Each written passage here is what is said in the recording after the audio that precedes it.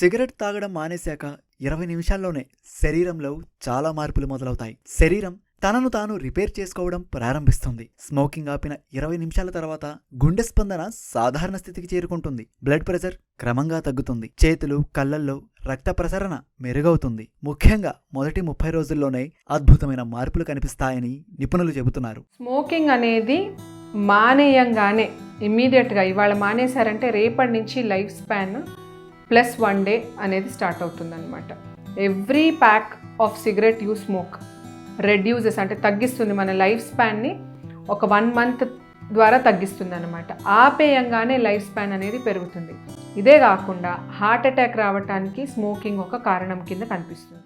Cigarette తాగడం వల్ల ఊపిరితిత్తులు, గుండె, రక్తనాళాలు, మెదడుపై ప్రభావం పడుతుంది. సిగరెట్ మానేసిన 8 గంటల తర్వాత రక్తంలో కార్బన్ మోనాక్సైడ్ స్థాయిలు తగ్గుతాయి. శరీరానికి ఆక్సిజన్ సరఫరా మెరుగవుతుంది. 24 గంటల తర్వాత గుండెపోటు ప్రమాదం కూడా తగ్గడం ప్రారంభమవుతుంది. స్మోకింగ్ మానేసిన 48 గంటల తర్వాత రుచి, వాసన గుర్తించే శక్తి మరింత పెరుగుతుంది. తిన్న ఆహారం మరింత రుచిగా అనిపిస్తుంది. స్మోకింగ్ మానేసిన వారం తర్వాత శరీరంలో నికోటిన్ ప్రభావం చాలా వరకు తగ్గిపోతుంది. ఈ సమయంలో చిరాకు, తలనొప్పి, నిద్రలేమి, సిగరెట్ తాగాలన్న కోరిక ఎక్కువగా అనిపించవచ్చు. కానీ ఇవి తాత్కాలిక లక్షణాలే. ఆ సమయంలో శ్వాస వ్యాయామాలు తీసుకుంటే కొంతవరకు రిలీఫ్ లభిస్తుంది.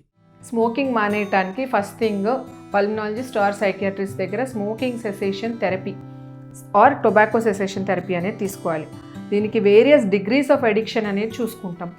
ఏ డిగ్రీ ఆఫ్ అడిక్షన్కి ఏ ట్రీట్మెంట్ ఇవ్వాలి అనేది పల్మనాలజిస్ట్ డిస్క్రిప్షన్లో చేస్తామన్నమాట. సో క్విట్ స్మోకింగ్కి క్విట్ బడీ అనేది ఒకళ్ళని ఐడెంటిఫై చేసి ఫ్యామిలీలో ఎప్పుడైనా మీకు స్మోక్ చేయాలి అనే ఫీలింగ్ వచ్చినప్పుడు ఆ క్విట్ బడీకి చెప్పారంటే వాళ్ళు మిమ్మల్ని ఆపుతారు స్మోకింగ్ చేయకుండా. ఇదే కాకుండా ఆ స్మోకింగ్ చెయ్యాలి అనే ఫీలింగ్ రాకుండా కూడా కొన్ని మందులు ఇప్పుడు ఇస్తున్నాం స్మోకింగ్ అంటే విరక్తి రావటానికి. సో అది బాగా తీవ్రంగా అడిక్షన్ ఉన్న వాళ్ళకి ఇవ్వచ్చు. ఇదే కాకుండా నికోటిన్ రీప్లేస్మెంట్ అనమాట. కొన్ని రోజులు స్మోకింగ్ ఆపేసిన తర్వాత బ్రెయిన్కి సిగ్నల్స్ వెళ్లకుండా స్మోక్ చేయాలి అనే సిగ్నల్స్ బ్రెయిన్ మనకి ఇవ్వకుండా నికోటిన్ రీప్లేస్మెంట్ అని ఇస్తే కమఫ్లాజ్ చేసినట్టు అవుతుంది బ్రెయిన్ అడిక్షన్ యాక్టివిటీని. సో దానికోసము నికోటిన్ రీప్లేస్మెంట్ ట్రీట్మెంట్.